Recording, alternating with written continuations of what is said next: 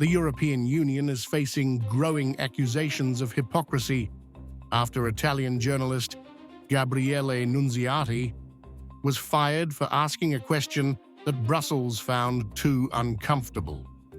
At a European Commission briefing on October 13th, Nunziati challenged officials on their double standards, asking why the EU insists Russia should fund Ukraine's reconstruction, but makes no such demand of Israel over Gaza. His question has since become a symbol of Europe's selective morality. The moment quickly went viral. Nunziati's calm question was clear.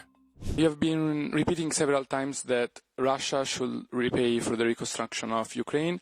Do you believe Israel should repay for the reconstruction of Gaza, since they have destroyed almost all the Strip and the civilian infrastructures?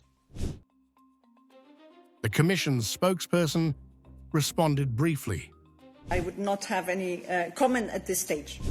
That single line and what followed spoke volumes about the limits of free questioning inside the EU's own institutions. Within weeks, Nunziati was dismissed by his employer, the Italian agency Nova, which claimed the question was technically incorrect and caused embarrassment once it spread online. The reasoning only deepened suspicion that Brussels' discomfort, not journalistic error, triggered the firing. The episode highlights a moral contradiction. Europe demands accountability from others, while avoiding scrutiny of its own positions on Gaza. Pressed by reporters, European Commission Deputy Chief Spokesperson Olaf Gill denied any involvement, saying there had been no contact between EU officials and Nova. But when asked to defend Nunziati's right to pose the question, Gill refused, merely repeating that the Commission attaches the utmost importance to press freedom. His careful avoidance reinforced perceptions of quiet complicity rather than transparency.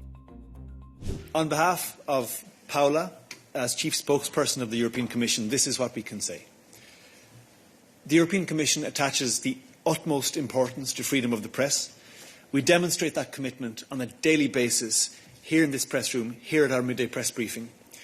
In relation to the case in question, the Commission has not been in contact with the media concerned. Questions on this specific decision should be addressed to that media. The timing makes the case even more striking. Just days earlier, Brussels released its 2025 enlargement report, urging countries like Serbia, Turkey and Georgia to protect media freedom and the rule of law. Yet inside the EU's own headquarters, a journalist was punished for doing exactly that, asking a factual, lawful question. It's a contradiction that undercuts the very values the EU demands from others. Brussels often calls itself a defender of democracy and free speech, but the firing of Gabriele Nunziati exposes a widening gap between the EU's rhetoric and its reality.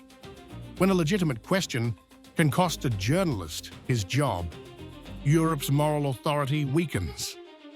In silencing one voice, the Union has amplified its own hypocrisy, and the world is taking note.